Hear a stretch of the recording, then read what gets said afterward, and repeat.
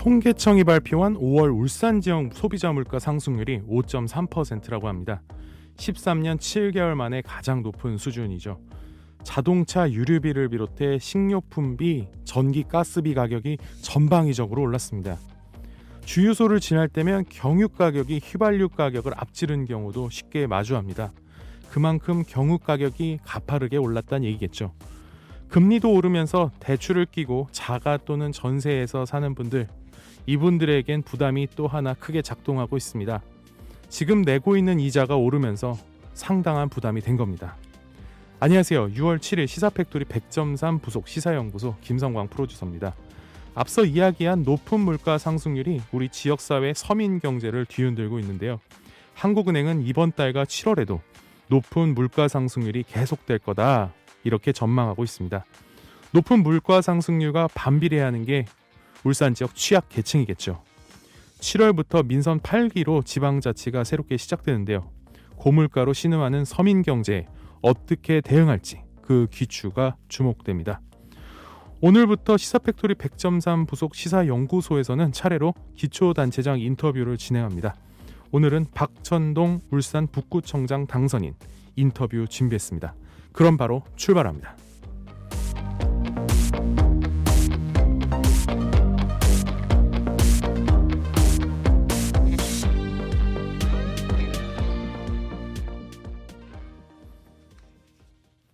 네, 스튜디오에 박천동 울산 북구청장 당선인 모셨습니다. 안녕하세요. 네, 안녕하십니까. 네, 당선 소감 한마디 해주시죠. 네, 존경하고 사랑하는 북구 주민 여러분, 진심으로 감사를 드립니다. 너무 고맙습니다. 주민 여러분의 과분한 사랑이 있었기에 제가 오늘 이 순간을 맞이하는 것 같습니다. 그동안 보내주신 성원과 지지에 다시 한번 머리 숙여 깊이 감사를 드립니다. 주민들은 북구의 새로운 미래, 한 번쯤 꿈꾸던 명품 도시 우리 북구를 선택하셨습니다. 이번 선거 결과는 모두가 잘 사는 공감 도시에 대한 주민들의 염원과 바람의 결과가 생각합니다. 아울러 선거 기간 동안 함께 경쟁하신 후보님들께 감사와 위로의 말씀을 전하고 저를 지지하지 않으신 주민들의 뜻에도 적극적으로 귀 기울이고 살펴보겠습니다.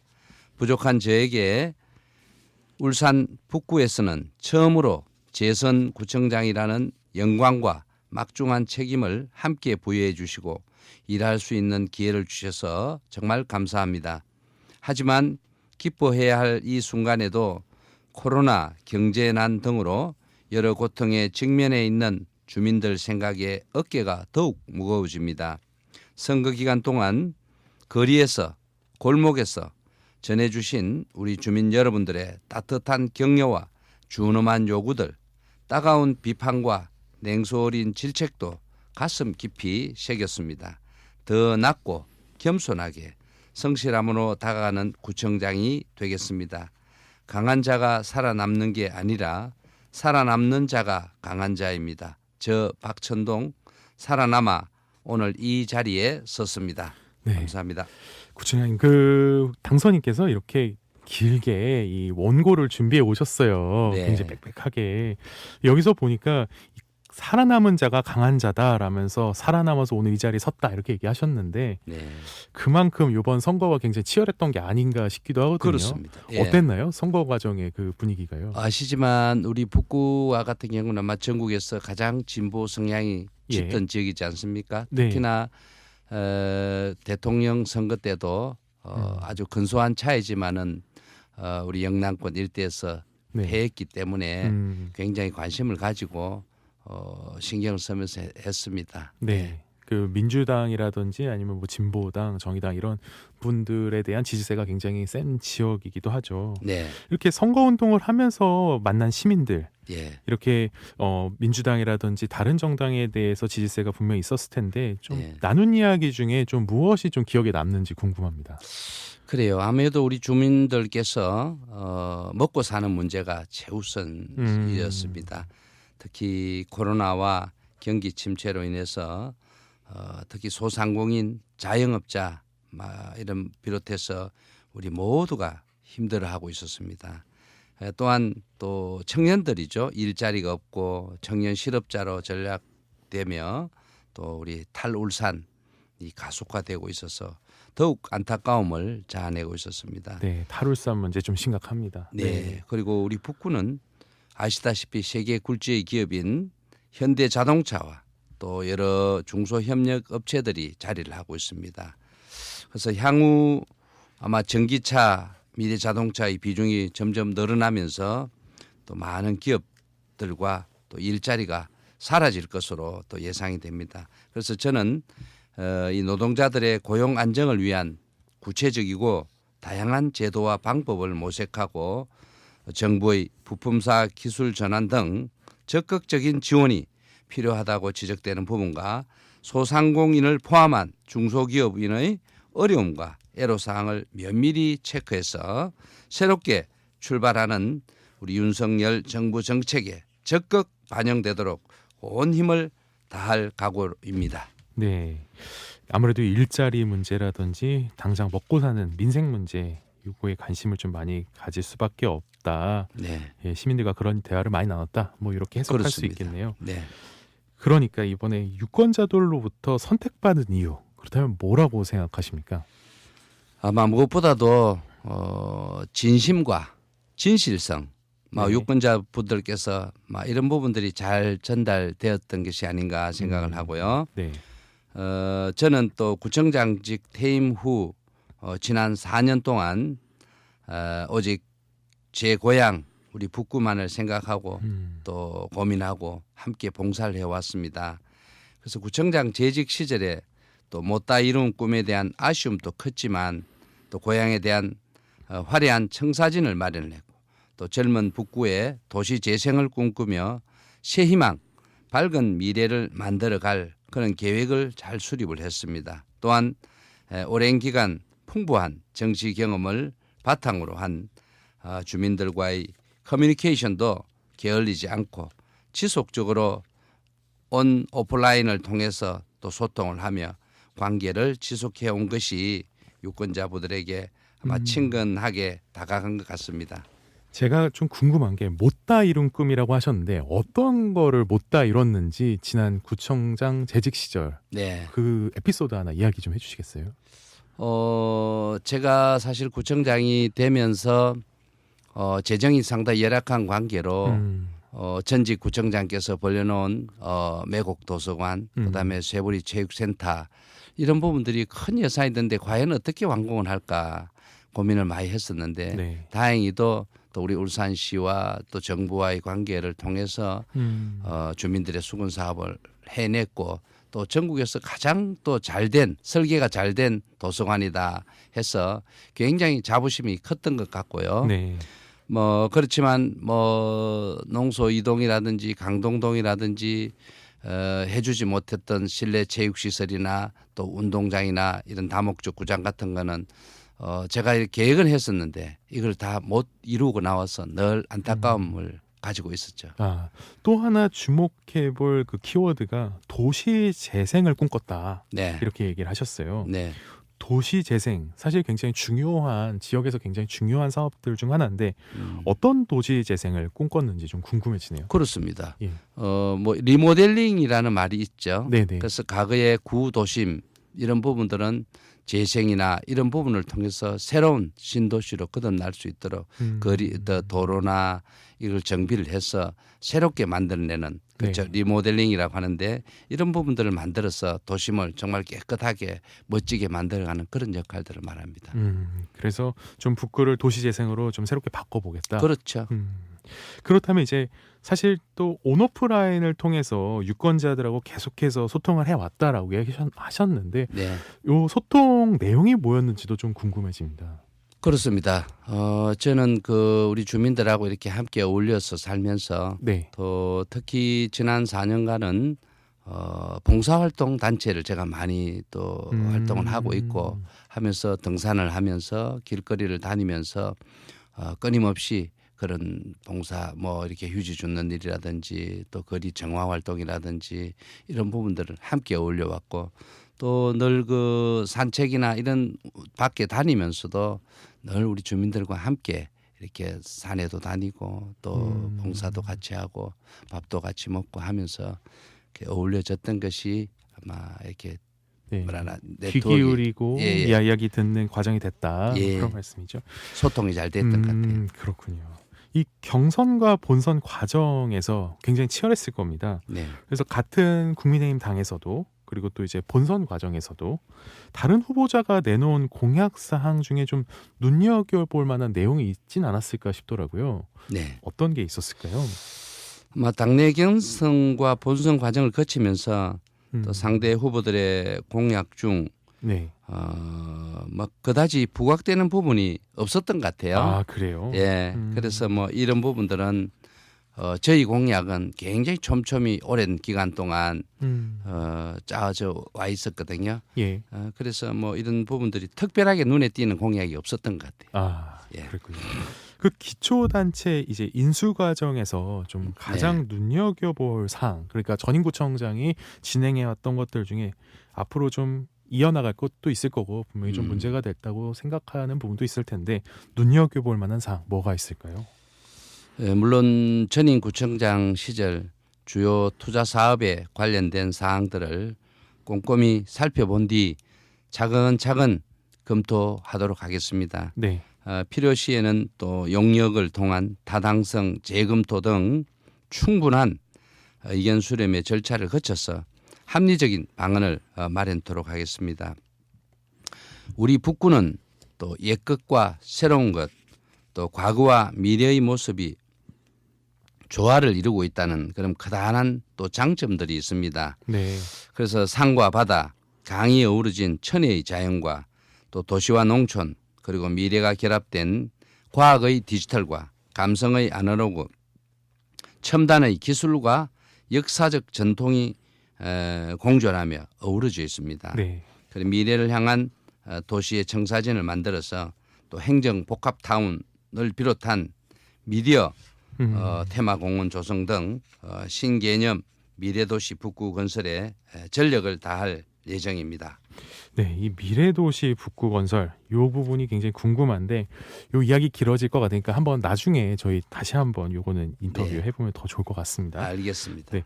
그 구체제와 이제 신체제 이 네. 사이의 가장 큰 차이점은 네. 뭐라고 보십니까?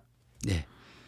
이 부분은 뭐 아직 제가 취임 전이고 아마 지금 현재 앞전에 해왔던 구청장님 체제와 뭐 여러 가지 인사조직 예산 편성 정책 관련해서 간략하게 드리겠습니다.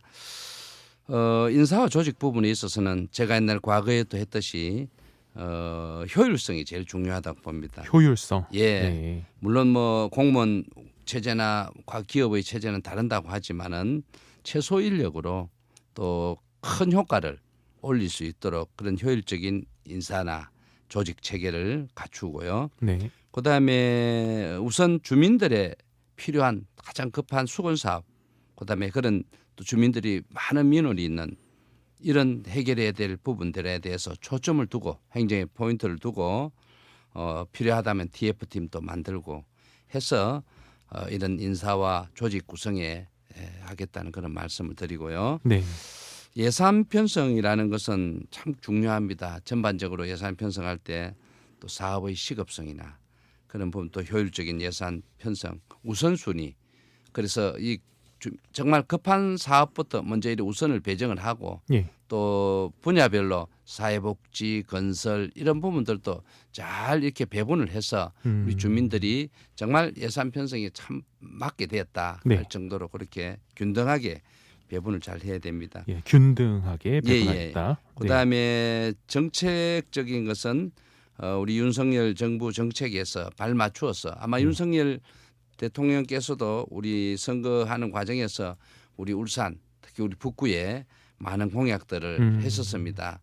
그린벨트 해제라든지 뭐 제2농수산물 도매시장이라든지 국립종합대학 이전 유치라든지 이런 부분들에서 발맞추어서 우리 북구에 꼭 필요한 사업부터 우리 정부 정책에 잘 맞추어서 정책을 세워 나가도록 하겠습니다. 네. 그러면 이제 북구에 국립종합대학이 들어올 수도 있다라는 얘기인가요? 예예. 이전 유치죠. 네, 이전 유치. 그 부분은 유일하게 5개 구군 중에서 대학이 없는 데가 우리 북구입니다. 네. 그래서 국립 이전 다른 데 학교가 있는 것은 이전 유치도 가능하기 때문에 그런 걸 검토를 하고 정 안 되면은 공동 캠퍼스라 해서 뭐 디지털 학과나 미디어 학과 등 특수한 학과를 유치를 해서 네. 학과 공동 캠퍼스도 할 수 있는 그런 부분들을 검토를 하고 있습니다. 그래서 교육 도시로서 위상을 좀 세우고 싶어서 예. 아, 교육 도시로서 위상을 세우겠다. 그렇습니다. 네. 그 이제 대통령이라든지 울산 광역시장 그리고 네 곳 기초단체장 모두 이제 국민의힘에서 네. 선출이 됐습니다. 네. 이런 상황에서 어떤 계획으로 구정을 진행할 것인지 그게 좀 궁금하거든요. 예. 네. 사실 국비라든지 뭐 시비라든지 아니면 또 기초에서 나오는 비용 이런 게 또 한데 어우러져야지 사실 사업이 가능하잖아요. 그렇습니다. 그래서 크게 진행하고 싶어하는 좀 우선적인 사업이 뭐가 될 것인지 궁금해하는 청취자들이 분명히 있을 거거든요. 네. 과거에 제가 구청장 재임 시절에도 네, 우리 국민의힘 대통령 네, 또 국민의힘 시장 또 국민의힘 구청장이 되면서 국비라든지 시비, 특히 시비 같은 부분들을 많이 이렇게 우리 북구로 가져와서 주민들이 필요한 사업들을 참 원만하게 해결해서 주민들이 굉장히 기뻐했던 그런 기억들이 납니다. 네, 그래서 만약에 당이 서로 다르고 국비 시비가 원활하게 조달되지 않을 때는 정말 그거는 고스란히 우리 주민들의 네. 혜택받지 못하는 그런 되지 않습니까?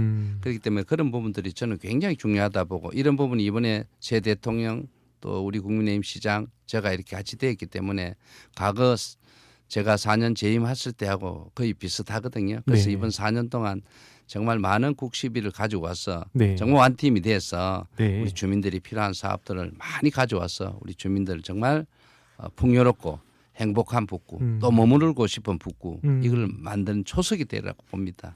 그게 바로 지역 주민들이 가장 기대해 볼 만한 사항일 텐데 그렇습니다. 그 중에 제일 우선적으로 이 사업이 한번 좀 추진되면 좋겠다. 뭐 아까 교육 얘기도 하셨고 네. 제2농수산물시장 얘기도 하셨고 네. 그린벨트 해제를 통해서 그 용지를 재활용한달까요? 뭐 그런 방안들 여러 가지 사업이 있을 텐데 어떤 거를 울산 북구 지역 주민들이 가장 기대해 볼 만할까요? 지금 아까 빠졌는 것이 이제 울산 의료원. 울산 의료원. 우리 의료원은 우리 북구로 되어 있는데 그게 또 조기에 또 빨리 그 조기 건립이 되고 건립이 될 수 있도록 노력하고 지금 가장 큰 문제는 우리 북구에 아시다시피 그 그린벨트 그린벨트. GB가 전체 면적의 약 한 48%, 약 절반 가량이 그린벨트 지역입니다. 네. 그래서 우리 대통령 공약에서도 그린벨트를 해제를 하는 그런 부분이 들어가 있거든요. 뭘 좀 하려면 전부 그린벨트로 되어 있어서 사실은 굉장히 사업을 추진하는데 애로점을 많이 가지고 있습니다. 그래서 그린벨트를 대폭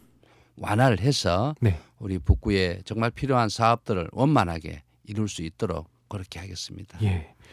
그 마지막으로 시간이 굉장히 짧습니다. 마지막 한마디 부탁드립니다. 네, 먼저 이번 선거를 통해서 북구 8개 동 전 지역에서 골고루 지지를 받았습니다. 그래서 이번에 참 뜻이 있고 의미가 있다고 생각을 하고 이 부분에 대해서 참 감사하게 생각을 합니다. 또 북구가 낳고 북구가 키워준 저 박천동은 고향을 향한 상상을 현실로 이루어 우리 모두의 행복을 실현하라는 막중한 사명을 부여받았습니다. 앞으로 4년 신개념 미래도시 북구의 완성을 위해 젊고 역동적이고 경험이 풍부한 저 박천동이 앞장서겠습니다. 큰 힘으로 도와주시고 격려해 주셔서 우리 모두 한 번쯤 꿈꾸던 명품 도시 북구를 함께 만들어 갑시다. 감사합니다. 오늘 출연해서 감사합니다. 네, 고맙습니다. 지금까지 박천동 울산 북구청장 당선인이었습니다.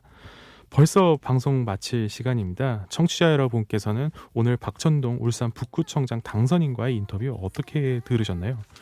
당선인의 신개념 미래도시에 대한 구체적인 실현 계획이 궁금해졌습니다.